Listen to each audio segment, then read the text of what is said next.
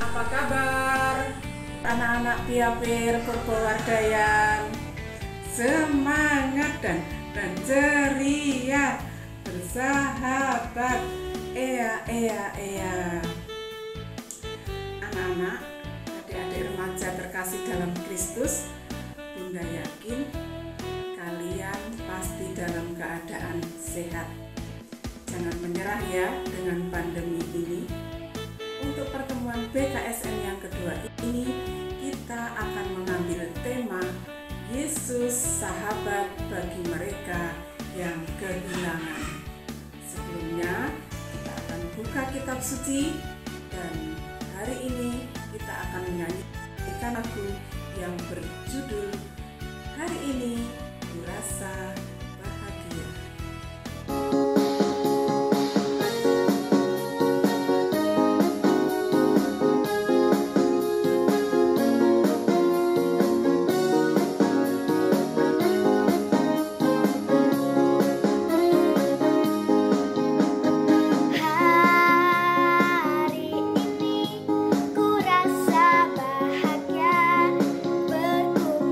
Bersama saudara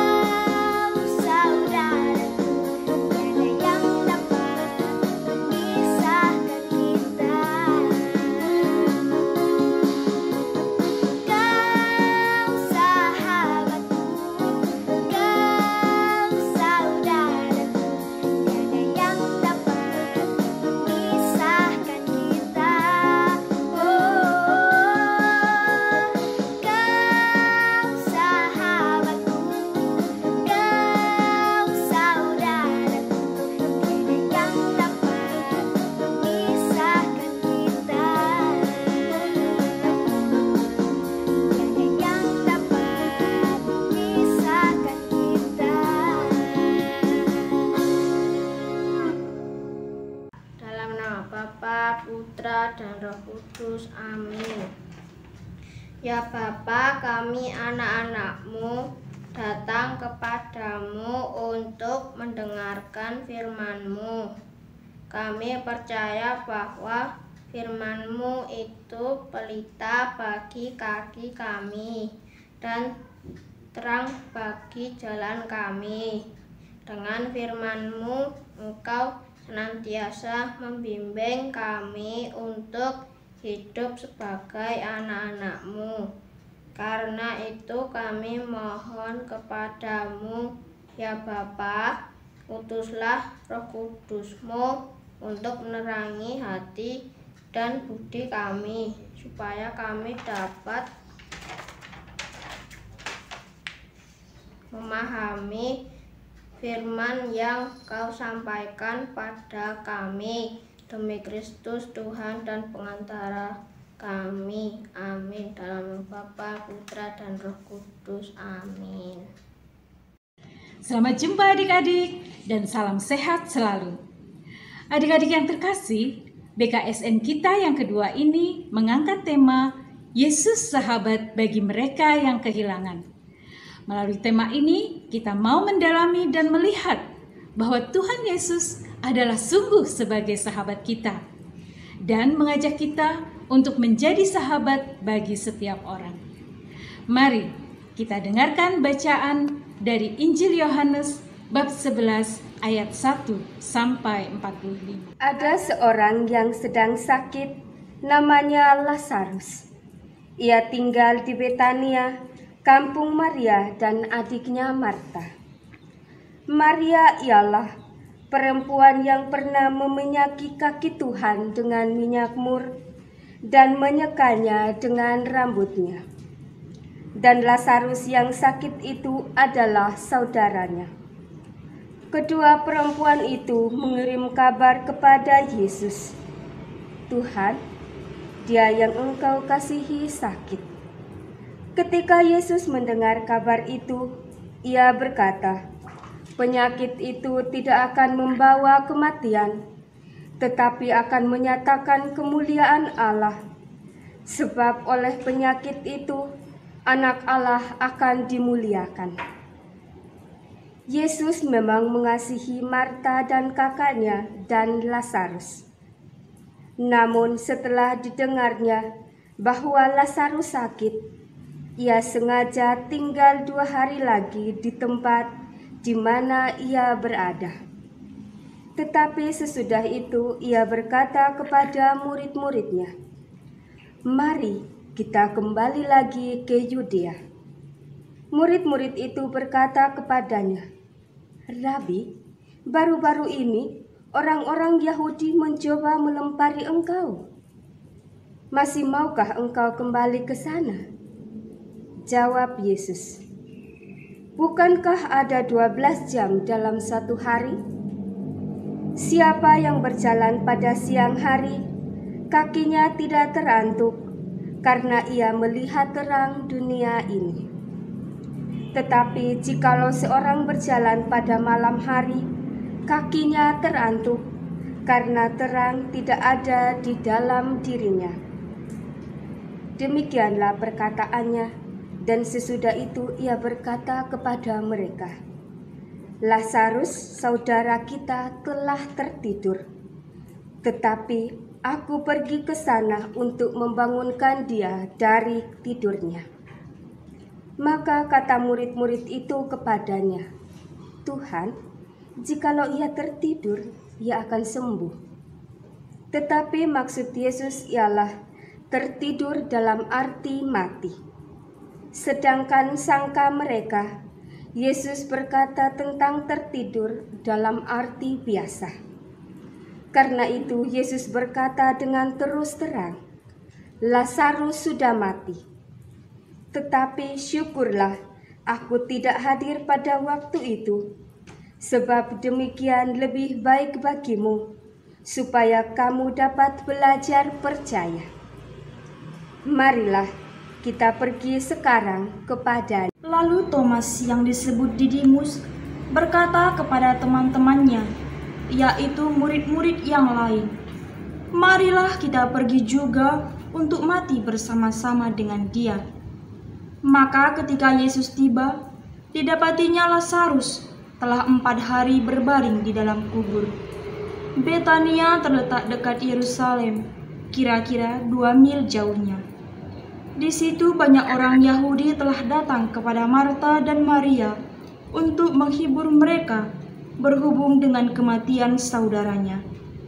Ketika Marta mendengar bahwa Yesus datang, ia pergi mendapatkannya, tetapi Maria tinggal di rumah. Maka kata Marta kepada Yesus, "Tuhan, sekiranya Engkau ada di sini, saudaraku pasti tidak mati. Tetapi sekarang pun aku tahu bahwa Allah akan memberikan kepadamu segala sesuatu yang engkau minta kepadanya." Kata Yesus kepada Marta, "Saudaramu akan bangkit." Kata Marta kepadanya, "Aku tahu bahwa ia akan bangkit pada waktu orang-orang bangkit pada akhir zaman." Jawab Yesus, "Akulah kebangkitan dan hidup. Barang siapa percaya kepadaku, ia akan hidup walaupun ia sudah mati. Dan setiap orang yang hidup dan yang percaya kepadaku tidak akan mati selama-lamanya." "Percayakah engkau akan hal ini?" Jawab Marta, "Ya Tuhan, aku percaya bahwa Engkaulah Mesias, Anak Allah, Dia yang akan datang ke dalam dunia." Dan sesudah berkata demikian, ia pergi memanggil saudaranya Maria dan berbisik kepadanya, "Guru ada di sana dan ia memanggil engkau." Mendengar itu, Maria segera bangkit lalu pergi mendapatkan Yesus. Tetapi waktu itu, Yesus belum sampai ke dalam kampung itu. Ia masih berada di tempat Marta menjumpai Dia. Ketika orang-orang Yahudi yang bersama-sama dengan Maria di rumah itu untuk menghiburnya, melihat bahwa Maria segera bangkit dan pergi keluar, mereka mengikutinya, karena mereka menyangka bahwa ia pergi ke kubur untuk meratap di situ. Setibanya Maria di tempat Yesus berada dan melihat Dia, tersungkurlah ia di depan kakinya dan berkata kepadanya, "Tuhan, sekiranya Engkau ada di sini, saudaraku pasti tidak mati." Ketika Yesus melihat Maria menangis dan juga orang-orang Yahudi yang datang bersama-sama Dia, maka maskulah hatinya. Ia sangat terharu dan berkata, "Di manakah Dia kamu baringkan?" Jawab mereka, "Tuhan, marilah dan lihatlah." Maka menangislah Yesus. Kata orang-orang Yahudi, "Lihatlah betapa kasihnya kepadanya." Tetapi beberapa orang di antaranya berkata, "Ia yang memelekan mata orang buta, tidak sanggupkah ia bertindak sehingga orang ini tidak mati?" Maka masgulah pula hati Yesus, lalu ia pergi ke kubur itu. Kubur itu adalah sebuah gua yang ditutup dengan batu. Kata Yesus, "Angkatlah batu itu." Marta, saudara orang yang meninggal itu, berkata kepadanya, "Tuhan, ia sudah berbau, sebab sudah 4 hari ia mati." Jawab Yesus, "Bukankah sudah kukatakan kepadamu, jikalau engkau percaya, engkau akan melihat kemuliaan Allah?" Maka mereka mengangkat batu itu. Lalu Yesus menengadah ke atas dan berkata, "Bapa, aku mengucap syukur kepadamu, karena Engkau telah mendengarkan aku. Aku tahu bahwa Engkau selalu mendengarkan aku. Tetapi oleh karena orang banyak yang berdiri di sini mengelilingi aku mengatakannya, supaya mereka percaya bahwa Engkaulah yang telah mengutus aku." Dan sesudah berkata demikian, berserulah ia dengan suara keras, "Lazarus, marilah keluar." Orang yang telah mati itu datang keluar. Kaki dan tangannya masih terikat dengan kain kapan, dan mukanya tertutup dengan kain peluh. Kata Yesus kepada mereka, bukalah kain itu dan biarkan ia pergi. Banyak di antara orang-orang Yahudi yang datang melawat Maria dan yang menyaksikan sendiri apa yang telah dibuat Yesus percaya kepadanya. Demikianlah sabda Tuhan.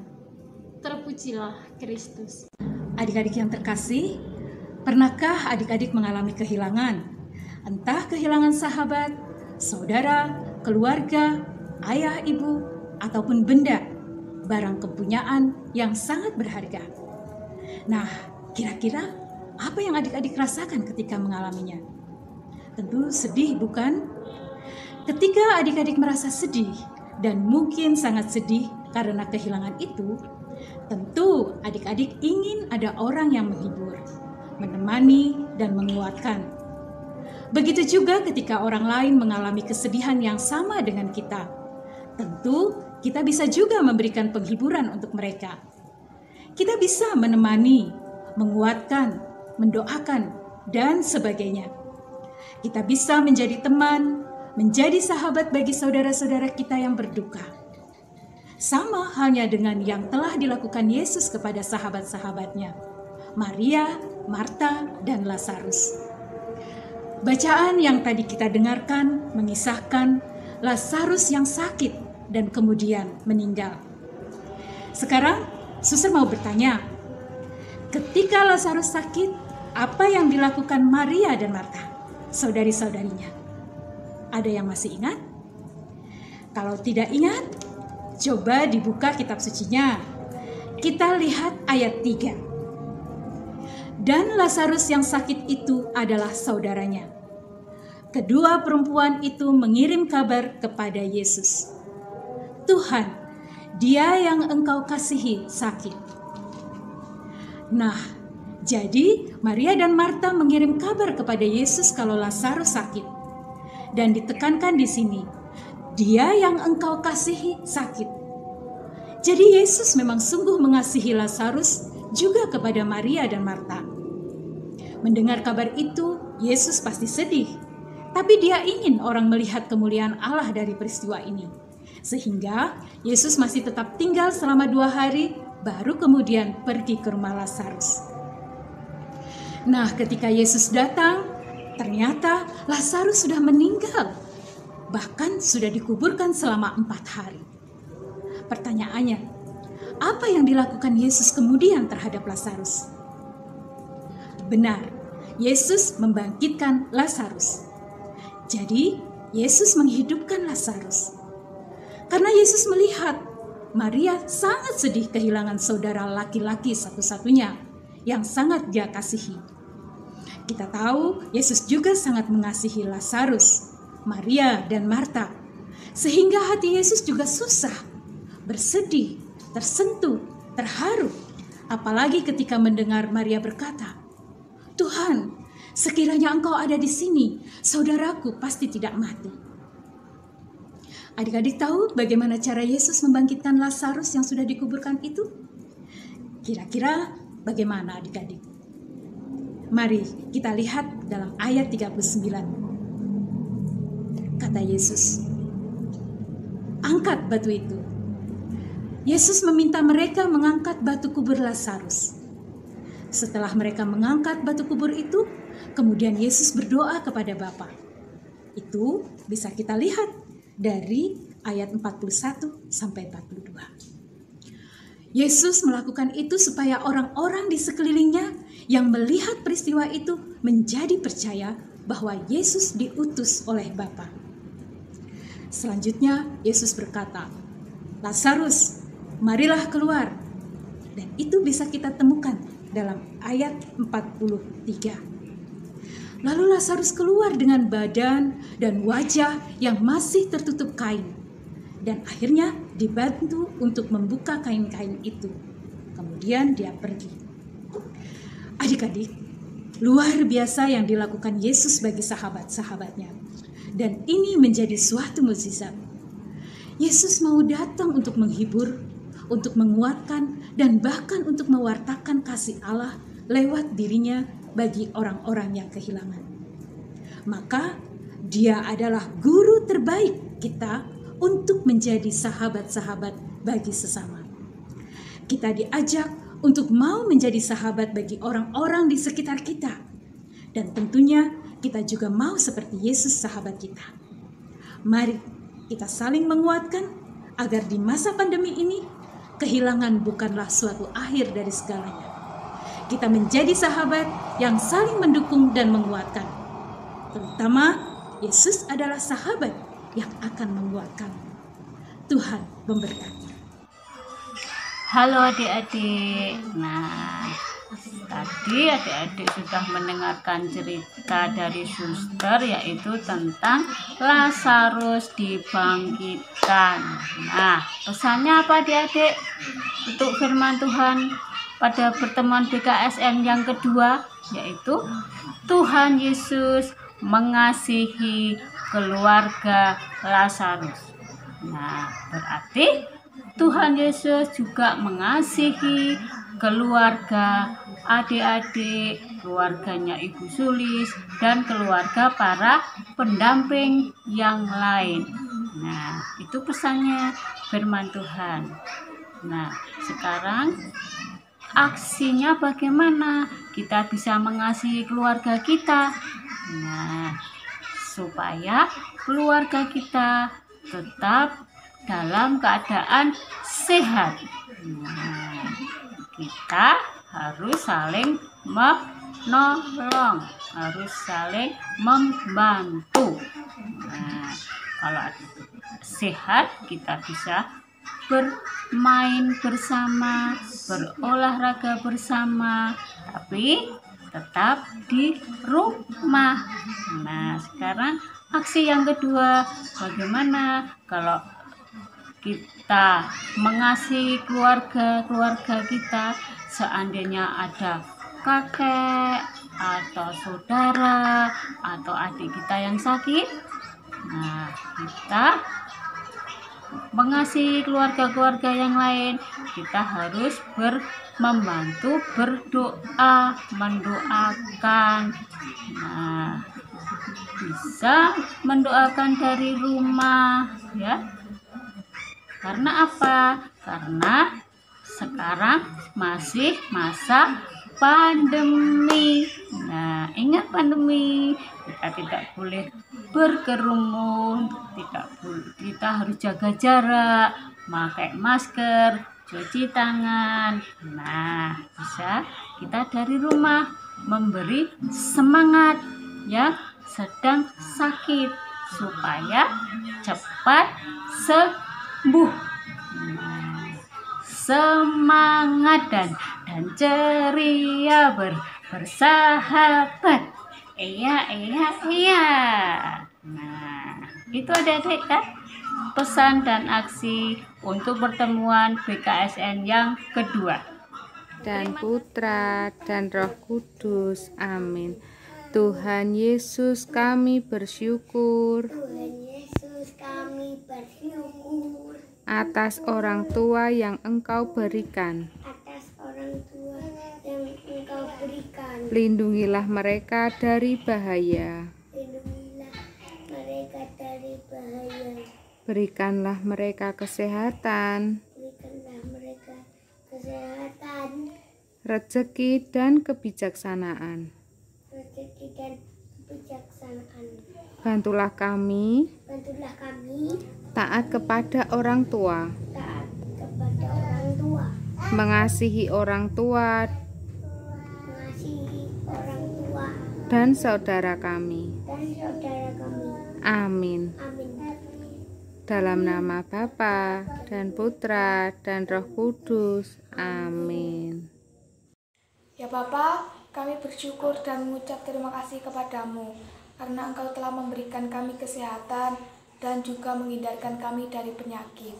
Kami juga berdoa semoga Engkau selalu memberkati kami, membimbing kami, dan juga menerangi akal budi kami supaya dapat belajar dengan bersungguh-sungguh dan bisa membahagiakan kedua orang tua kami dan menjaga nama baik mereka. Amin. Nah, adik-adik, sebelum kita mengakhiri pertemuan BKSN kita yang kedua dengan lagu penutup, mari kita tutup dengan berdoa. Lipat tangan, tutup mata. Mari kita berdoa. Dalam nama Bapa dan Putra dan Roh Kudus. Amin. Ya Bapa, kami bersyukur kepadamu karena firman-Mu yang telah Kau sampaikan kepada kami, dan karena Roh Kudus yang Kau curahkan atas diri kami. Bantulah kami supaya firman yang Kau taburkan dalam diri kami senantiasa membimbing kami untuk hidup sebagai anak-anak-Mu. Kobarkanlah dalam diri kami kasih kepadamu dan kepada sesama kami, supaya kami senantiasa mengasihi Engkau, Bapa kami, dan mengasihi sesama kami. Demi Kristus Tuhan kami. Amin. Dalam nama Bapa dan Putra dan Roh Kudus. Amin.